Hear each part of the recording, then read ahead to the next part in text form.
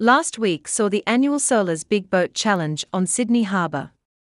The fleet was 3 100-foot Super Maxis and 6 60 to 70 feet Mini Maxis. In the 100-foot division, Christian Beck, Juan Ks, Law Connect, led home from Andoo Comanche, and Juan Ks Scallywag. Anthony Johnston's Reichel Pugh 72, Group, was the winner of the Mini Maxi division. We thank Christian Beck for the use of Law Connect's live stream footage for this report. Law Connect was the first home in the SOLAS Big Boat Challenge, and Group continues its dominance. 9 of the best-performing Maxi racing yachts in Australia competed in ideal sailing conditions with an 18-knot northeasterly breeze on Sydney Harbour in the 5th and final race of the 2023 Raymarine Australian Maxi Championship. The SOLAS Big Boat Challenge has become a popular spectator event over its 25 years and seldom fails to deliver close and exciting racing. As the last major event before the Rolex Sydney Hobart on Boxing Day, it's a final test for crews, an opportunity to test setups and a chance to claim bragging rights over rivals. The 2023 victors in both Maxi, 80 to 100 foot, and Mini Maxi, 60 to 79 foot, divisions, have arguably been the form boats of the past few months. Christian Beck's Juan Ks Maxi 100, Law Connect, has placed second to Andoo Comanche in many races in 2023 and has also been bridesmaid for line honours in the past 3 Rolex Sydney Hobarts, but under the guidance of Tony Mutter and Ty Oxley, the crew has gelled strongly and been sailing as a tight team. They completed the course without a blemish. Anthony Johnston's Reichel Pugh 72, Group, winner of the Mini Maxi division, has won IRC race out of 5 in the 2023-24 Audi Centre Sydney Blue Water point score races, and is looking hard to beat in its division. The Raymarine Australian Maxi Championship wrapped up with both Law Connect and Group comfortably taking out their divisions after consistent performances across the 5 races, Cabbage Tree Island race, 3 passage races over 2 days, and the SOLAS Big Boat Challenge. At the prize giving afterwards, Law Connect's owner, Christian Beck, jokingly declared, "If given the choice between first place in the SOLAS Big Boat race, or second in the Rolex Sydney Hobart, I'd always choose the big boat." Earlier in the day, a panel of competitors talked about their preparation for Boxing Day, and what the Australian Maxi Championship means to them. Tony Mutter, Law Connect, Duncan Hine, and Adrienne Cahalan, Alive, David Gotze, No Limit, David Griffith, Whisper, and Anthony Johnston, Group, entertained the audience with anecdotes and observations about the fleet. When sharing his enjoyment for the Raymarine Australian Maxi Championship regatta, David Gotze of No Limit said, "It's a fantastic regatta. Racing the competitive boats that go down to Hobart, we use it as an opportunity to compete against international entrants who come down to Sydney for both the Maxi Championships and the Hobart race." The SOLAS Big Boat Challenge results were: IRC overall, Group, Alive, No Limit, Wild Oats 10, Money Penny, Law Connect, SHK Scallywag, Andoo Comanche, and Whisper who retired. IRC Maxi Division, Law Connect, SHK Scallywag, and Andoo Comanche. IRC Mini Maxi Division, Group, Alive, No Limit, and Wild Oats 10, Money Penny, Whisper, retired. Line Honours, Maxi Division, Law Connect, Andoo Comanche, and SHK Scallywag. The SOLAS Big Boat Challenge is the last race before the 2023 Rolex Sydney Hobart Yacht Race on Boxing Day, the 26th of December 2023.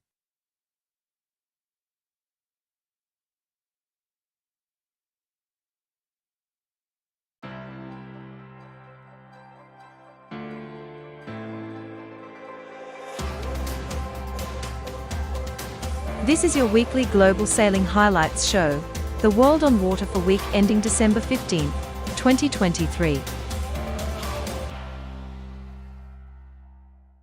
The Italians roared into Auckland in historic Mack-Intyre Ocean Globe race finish to Leg 2. After 36 days, and 7,500 nautical miles of racing, translated 9 IT, triumphed, taking first-in-line honours, Provisional IRC, and Flier Class, in Leg 2 of the Ocean Globe race. Penn-Duick 6 of France took second, finishing at 1 hour 41 minutes and 20 seconds, NZDT. Spirit of Helsinki, Finland, battling for third-in-line honours. A perfect finish to the perfect Southern Ocean sailing adventure, and in true Auckland style the triumphant translated 9IT-09 were greeted with 4 seasons in one day. The stunning Italian Swan 65, skippered by Vittorio Malingri, sailed over the Royal New Zealand Yacht Squadron finish line at 13 hours 25 minutes and 22 seconds, NZDT, taking first-in-line honours, Provisional IRC and Flier Class. This will herald their second IRC win, having taken the title in the Leg 1 race, Southampton to Cape Town. The 10-strong crew were determined to retain the prestigious title in the Cape Town to Auckland leg, and their dogged determination paid off. Vittorio Malingri, translated 9 skipper, says they're delighted with their tactics. "We went south, you have to go south, that is how you sail around the world. Some days in the fog it was 1 degree, 4 degrees. We didn't see the sun for 2 weeks. But we are so happy to be here. New Zealand is an amazing country," said Vittorio, whose father Franco, and uncle, Doi, took part in the first Whitbread Round the World race in 1973. And now his son Nico is the first mate on board translated 9. It really is a family affair. Nico Malingri admitted they didn't know they were in first position until docking in Jellicoe Harbour. "It feels so good to be here. It feels just amazing. It was a technical leg and we didn't have any big storms, so we managed to push at the right time and keep cool when it was necessary. The crew performed amazingly," said Nico. The OGR, a race celebrating the 50th anniversary of Whitbread Round the World race, means translated 9's triumphant return to Auckland is particularly poignant. The yacht and her crew have deep historical connections to the Whitbread and Auckland. In 1977, she sailed into the city under the name ADC AccuTrack, skippered by Claire Francis, the first woman to skipper a Whitbread yacht. Arriving into Auckland is like a homecoming for the adventurers on board the iconic Swan. Translated 9 navigator Golden Globe sailor Simon Kerwin, aka as the Celestial Skipper, also was surprised coming in to find they were in first. They knew about most of the boats but not about Penn-Duick 6's position. It was a very mild Indian Ocean. Loads of high pressures, no big systems, not too much damage. We're short of a spinnaker pole that folded in half, but apart from that we're in pretty good shape.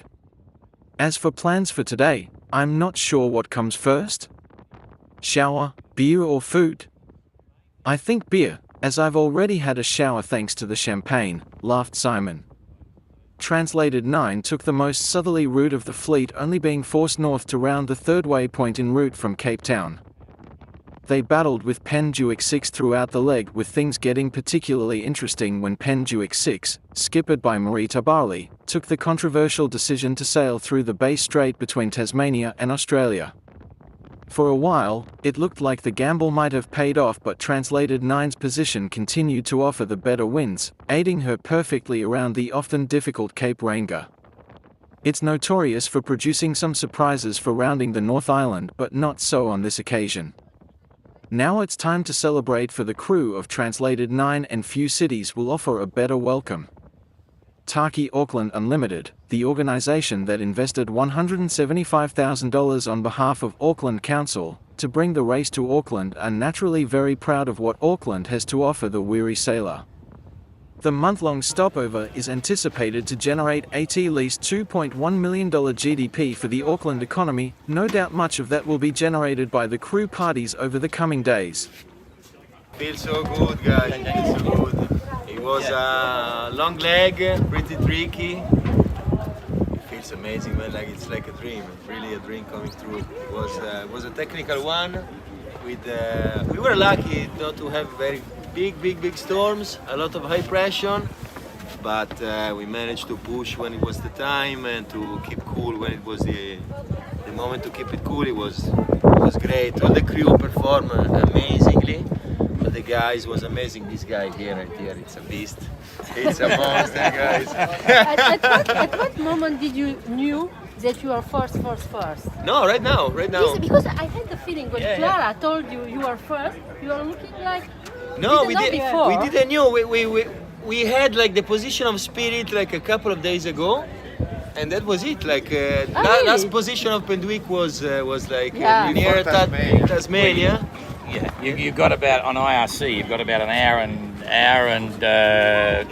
day and 8 hours or 12 hours in front of Triana. So you're probably going to get IRC as well. Max Marder of Singapore made a stunning start to the Formula Kite male competition at the Youth Sailing World Championships, winning all 6 races to take a commanding lead after the first day of racing. There was also more success for Ewa Lewandowska and Julia Maria Zmudzinska, Poland, who continued their strong form with another 2 bullets to make it 5 out of 6 in the 29 female class. Welcome to Brazil! Today is the first day for the World Sailing, Youth World Sailing.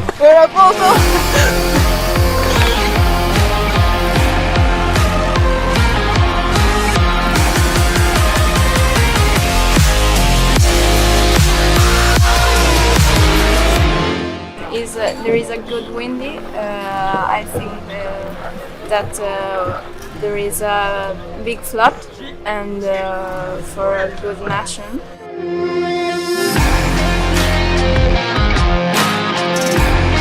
This year is very special to us because it is in our home country, so the environment is a little bit more familiar to us. The conditions for the championship, we will be expecting good conditions, better than today.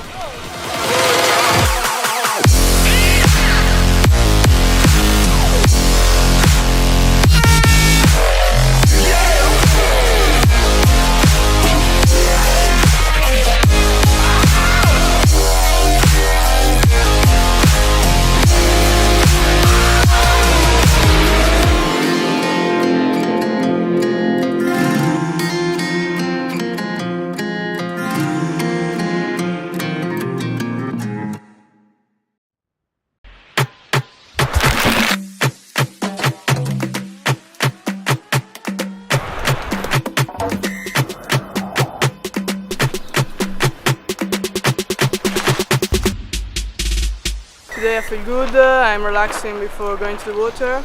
I'm really happy to be here in Brazil and I'm focused for the regatta.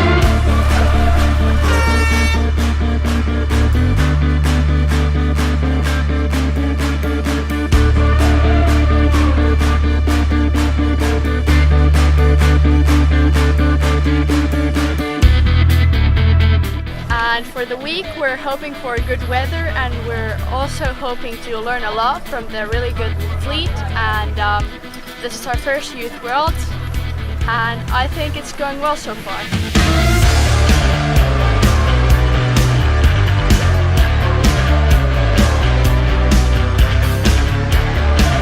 This is a very good place with a good condition, good wind.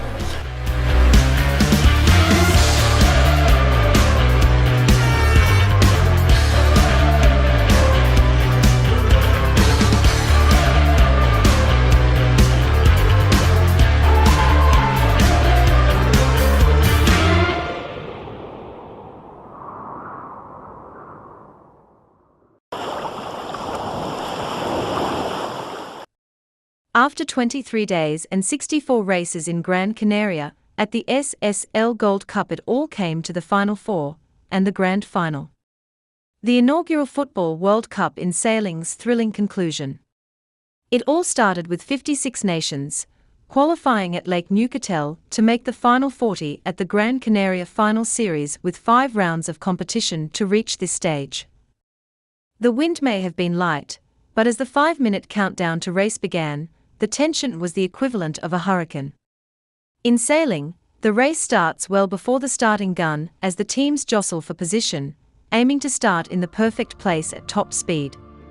In this one-race shootout for the title of World Champion of Sailing Nations, there are no second chances. It's all or nothing. Today is the day that we've all been waiting for. It's the last day and the finals of the SSL Gold Cup Finals Series. The day where we will find out who will become the nation's world champion.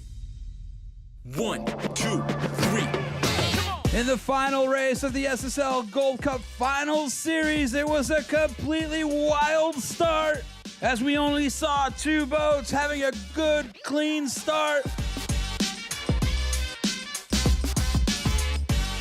As we got towards the weather mark, we saw the Spanish boat having difficulties laying the mark. The Hungarian boat dove behind them, being able to have more speed. They took the lead and got to the weather mark first. Italy too came strong, and then it was Italy's turn. They had loads of speed coming into the weather mark and were hot on the heels of the Spanish team. The Hungarians managed to keep the lead as they went down through the gates and managed to stay in front until the second weather mark, pulling out a lead that they would manage to keep in order to cross the line first and become the first ever SSL Gold Cup Finals Series Nations World Champions. Italy came in second, Holland third, and Spain fourth. We knew that in these conditions we are strong. I knew that the guys can sail the boat as fast as possible.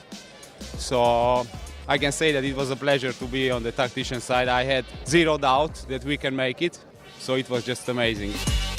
So thank you all for having watched the SSL Finals, as we'll be back in 2026 for the second edition of the SSL Gold Cup Finals Series, the Football World Cup in sailing.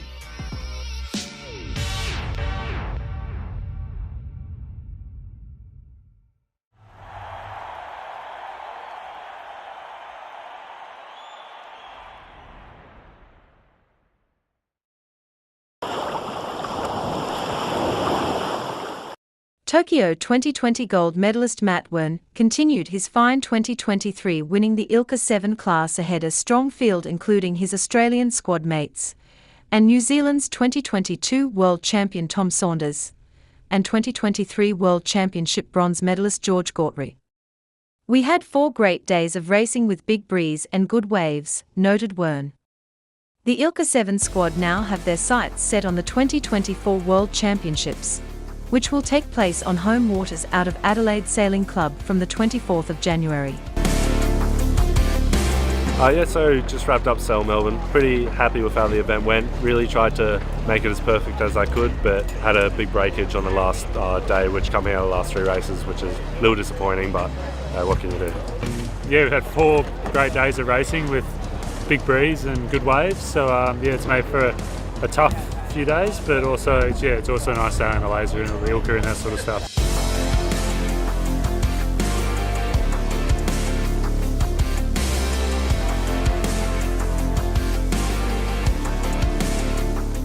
Yeah, so last day of Sail Melbourne today. We went into it on equal points with our Italian training partners. We knew it was going to be a bit of a spicy day, especially when the coach just said, "I'm going to sit back and watch, I want blood." And that's definitely what they did. They brought it to us in the first race. We managed to minimise the damage too much and went into the second race with absolutely guns firing. Managed to come out with the win in the last race, which put us in first in the regatta on countback. So yeah, we're just so lucky to have such good training partners that are pushing us really, really hard on the water.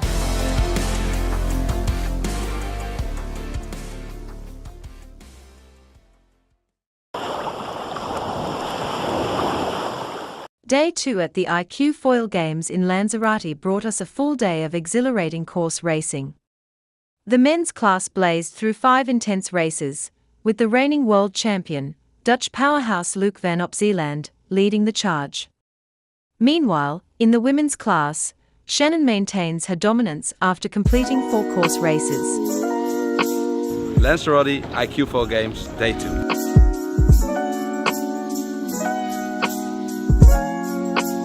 some nice course racing. I think 15 knots max, so it will be relatively light for course, but definitely enough to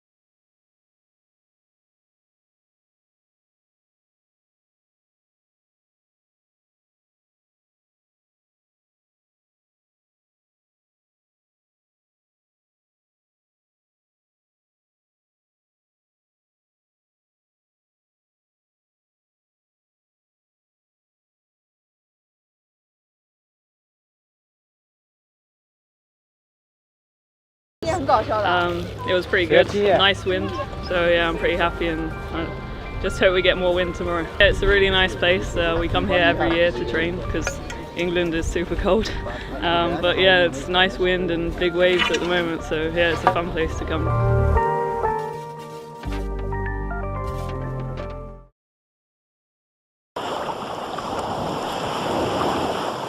Sam Goodchild is the new IMOCA Globe Series champion after a remarkably consistent 2023 season.